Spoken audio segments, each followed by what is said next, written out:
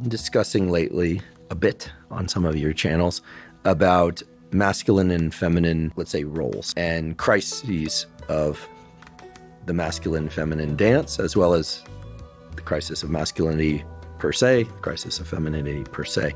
Do you care to expand on that a bit? I think we could probably take 3-4 hours to explore all this in full, but I was struck by some of the things that you said, because I agree completely that just as we are not given a roadmap when we arrive in the world as to how to find our purpose, I think there's also a very conflicted roadmap that's thrown in front of us, and indeed conflicting multiple roadmaps about what it means to be masculine or feminine or some combination of both, which of course everybody is some combination of both, just to varying degrees. Well, yeah, so men have a feminine side to them, which if you try to repress it will come out in other ways. And women have a masculine side to them. I think Jung described this very well with the anima and the animus, which I think is extremely real. It's very, very confusing times for both men and for women right now. We don't know the roles that they're everything is just so fluid, and it's very, very difficult, particularly if you're young. So young women are getting this idea that everything should be equal and that women should have, and of course it's right, should be paid the same and should have the same career opportunities. There should be no prejudice or harassment or anything. But at the same time, on social media, it's all about looking perfect, and looks are incredibly important. And if you're not hot, you're in terrible trouble.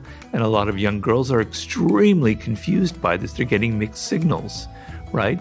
And boys are even in perhaps even worse circumstance, where being masculine is seen as something negative.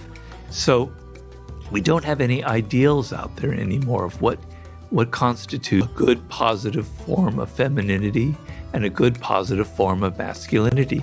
In fact, we even think that there shouldn't be anything like that there's no such thing as being masculine or feminine or whatever. It's very, very confusing. And so, I think of masculine traits that I think are very positive and that should be out there to kind of counteract the sort of Andrew Tate seduction that a lot of young men are falling for. And it's a kind of an inner strength where you're sort of in control of your emotions. You're not invulnerable, et cetera, et cetera.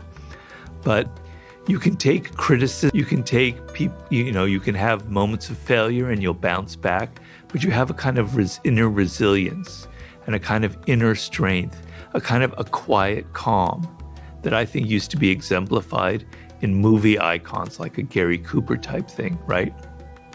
And that kind of sense of inner calmness where you're not hysterical, you're not getting upset about everything that happens, where you have a kind of an inner strength and a confidence, and you can withstand kind of what Ryan Holiday talks about, a lot about with stoicism. You can withstand all of the hardships in life, but you have that citadel within you, is a very, very powerful form of masculinity, as opposed to it's all about sleeping with a lot of women, having really fast cars, being abusive and being a bully, et cetera, et cetera. These are signs of weakness, of insecurity. And to be masculine should be a sense of security and inner confidence and inner strength, right? And that's what we should venerate in our culture, and we should have icons like that, okay? It doesn't mean that there's no role for men who are not masculine or who have more of the feminine virtues. There's definitely a role for that. And, we see a lot of that in all sorts of arenas of life. And then there should be a positive model for women, where instead of their appearances being judged by their appearances and having to conform to the ideals of what's hot or not, it's about being incredibly powerful and competent and have expertise and being really successful in your career, and as opposed to being continually judged by your appearances, which is very damaging. So these are terrible times. I mean, I feel fortunate that I grew up in a time where there were these kind of models for me to go by.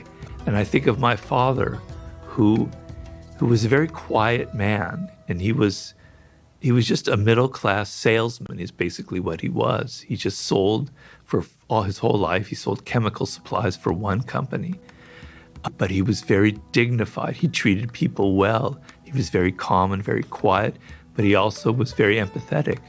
That was my role model for what I think is a good masculine energy. And I think a lot of people just don't have that, and they're very lost. And so I don't know what the answer is to that. I can't really produce that out of thin air, but I wish I could. Well, certainly nowadays there are many more, let's say, examples and options of masculine and feminine qualities out there for observation because of social media and because of the internet. And as you pointed out before, a key feature to becoming a functional human being, especially nowadays, is learning what to ignore. Yeah. I mean, there's an interesting idea in the circles around nutrition and health that, never before in human history have human beings been able to access such a wide variety of foods that differ from what their ancestors ate.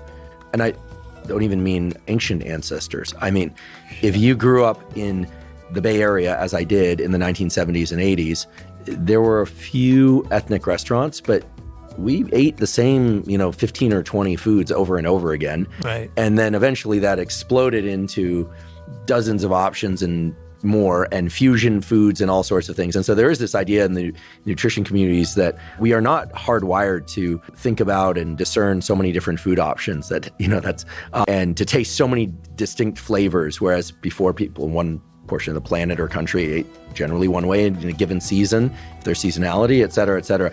In a similar vein, we are now, and children too are now, overwhelmed with the number of different options of how to express oneself, both masculinity and femininity, but generally speaking.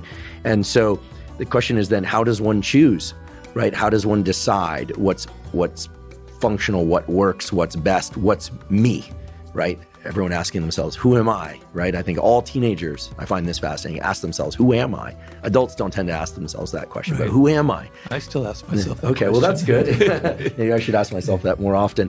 But I think that we clearly have gone over a cliff with this stuff. I don't think we're still at the point where we're kind of veering towards the edge of confusion. I think young people are really confused because the moment one assumes one clear and, let's say, balanced set of masculine feminine attributes, or maybe veers a bit more masculine or a bit more feminine, it's like there are a million examples telling you that that's wrong. I know. And then sometimes has the tendency to anchor to, well, no, I'm right because this is who I am. And then all of a sudden you're in a larger battle. So, Gary Cooper's great. Love his movies. But we're like